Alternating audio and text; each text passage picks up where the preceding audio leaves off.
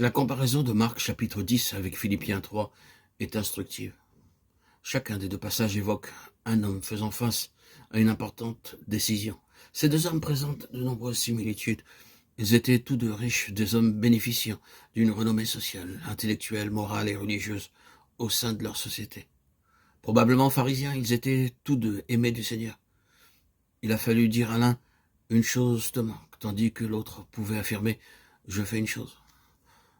Le jeune homme riche se détourna du Seigneur. Il le fit dans la tristesse. Néanmoins, il se détourna car il n'était pas prêt à se séparer de ses grandes possessions.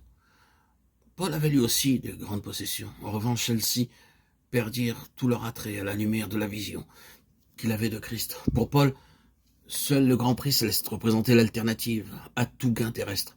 Il choisit avec joie ce grand prix céleste. On peut affirmer que la vision différente que Paul avait de Christ lui conférait un grand avantage. Il distinguait le Seigneur dans la pleine puissance de la résurrection. Tout comme le jeune homme riche, il avait vu Jésus de Nazareth.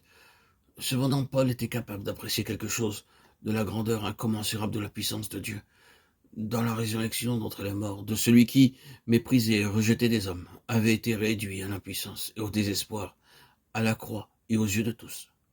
Celui-ci ressuscita d'entre les morts et sortit du tombeau pour être exalté à la droite de la majesté céleste.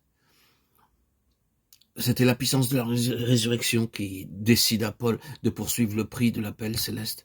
Tout devient possible dans la vie spirituelle. La puissance de résurrection, ressuscitant Christ à sa place d'honneur, est la même puissance qui œuvre en nous. Éphésiens 3:20. S'il est vrai que notre justification repose sur la résurrection du Seigneur Jésus, l'étendue de cette résurrection va bien au-delà des limites du salut, parce que sa puissance est le moyen de l'accomplissement de toute la pensée de Dieu. L'un des plus grands besoins de notre temps, que je pense être le dernier, est certainement d'acquérir une connaissance vécue plus vaste de la vie de résurrection. Le triomphe final de l'Église est son ultime percée vers le trône, ayant pour conséquence la dépossession du royaume du mal, ne pourront être accomplis que par ce moyen-là.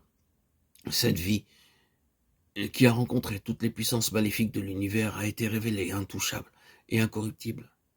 Cette vie a été moralement et physiquement victorieuse de la mort. La résurrection n'est point une idée abstraite, ni même une sensation mystique. Elle est une expression pratique de victoire sur le péché et sur Satan. Si cette vie pouvait être entachée ou corrompue, alors Satan aurait remporté la victoire ultime. Nous n'avons pas à craindre une telle tragédie, car la vie de Christ a pleinement et définitivement conquis la mort. Ayant placé Christ dans une position imprenable au-dessus de toute principauté et autorité, puissance et domination, cette vie de résurrection destine son Église au partage de sa victoire et de son trône. C'est pourquoi, dans sa recherche d'atteindre le prix, Paul mentionne premièrement son besoin de connaître la puissance de sa résurrection. Je crois que cette attitude de Paul met à l'épreuve notre propre connaissance de Christ. Je ne puis comprendre qu'un chrétien possédant une vraie connaissance de cette vie de résurrection de Christ qui nous habite préserve encore certaines choses qui fournissent des occasions de controverse avec le Seigneur. Ces choses devraient être totalement abandonnées au Seigneur.